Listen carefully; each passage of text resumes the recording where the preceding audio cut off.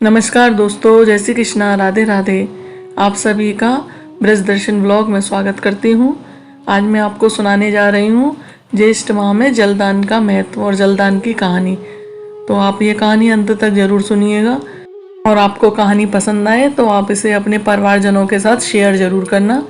और मेरे चैनल पर नए आए हैं तो चैनल को सब्सक्राइब जरूर करना और बेल आइकन पर प्रेस जरूर करना, जिससे कि मेरी आने वाली वीडियो की नोटिफिकेशन आप तक पहुंच सके। चलिए आइए अब सुनते हैं जलदान की कहानी। किसी गांव में एक सेठ सेठानी रहते थे। सेठ जी के कोई संतान नहीं थी। सेठानी बहुत ही धार्मिक प्रवृत्ति की थी। वो दिन रात पूजा पाठ करती रहती थी। सेठ जी पर धन की कोई कमी नहीं थी, पर संतान न होने के कारण वे दोनों बहुत ही दुखी रहते थे। सेठ जी के घर पर कई सालों से एक नौकर काम करता था। सेठ सेठानी उस पर बहुत भरोसा रखते थे। एक दिन की बात है, सेठ को दुखी देख उनका नौकर उनके पास आया और बोला कि सेठ जी, मुझे आपका ये दुख देखा नहीं जाता। मैं एक संत महात्मा को जानता हूँ, वो बहुत ज्ञानी है। कहो तो मैं उनको यहाँ पर ले आऊँ। अब सेठ जी ने कहा, मैं तो अब निराश हो चुका हूँ। लगता है हमारे यहाँ भाग्य में संतान सुख है ही नहीं। फिर भी तुम चाहते हो तो उनको बुला लाओ। नौकर ने कहा, ठीक है मालिक।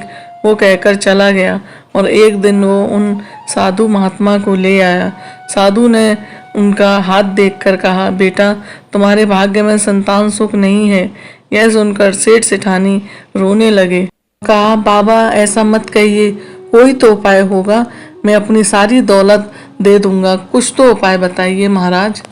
अब बाबा ने कहा, बेटा, धन संपत्ति से संतान का सुख नहीं खरीदा जा सकता। ये सब तुम्हारे पिछले जन्म का फल है। तब सेठ जी ने कहा, बाबा, मैंने ऐसा पिछले जन्म में क्या पाप किया था जो आज मेरे संतान नहीं है। बाबा ने कहा, बेटा, पिछले जन्म में तुम एक पुजारी थे, दिन रात भगवान की सेवा पूजा करते थे, लेकिन तुमको एक पुत्र चाहिए था, पर तुम्हारे यहाँ एक पुत्री ने जन्म लिया और तुम उस पुत्री से बहुत नफरत करते थे।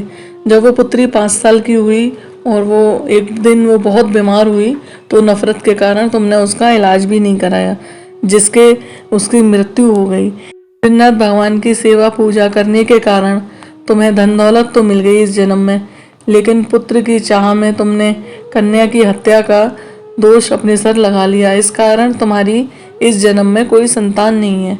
यह सुनकर सेठ सेठानी बाबा के चरणों में गिर गए और रोने लगे और कहने लगे, बाबा, आप तो ज्ञानी हो, कोई तो उपाय बताओ जिससे हम कन्या की हत्या के पाप से मुक्त हो जाए। तब साधु बाबा ने कहा, एक उपाय है।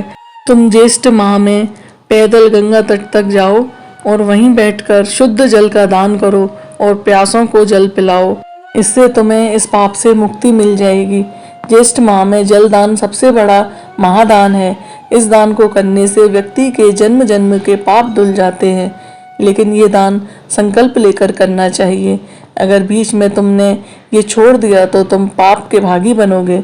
साधु की बात सुनकर सेठ सेठानी ने पूरे ज्येष्ठ मास गंगा स्नान किया और जल का दान किया, जिससे पुण्य से सेठ सेठानी के सारे पाप नष्ट हो गए।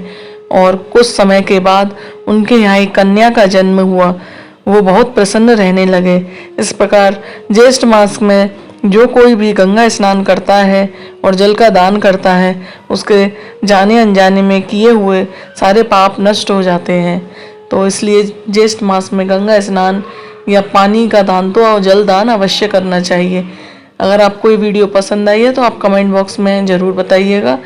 और मिलती हूँ नई और जानकारियों के साथ, नई कहानियों के साथ।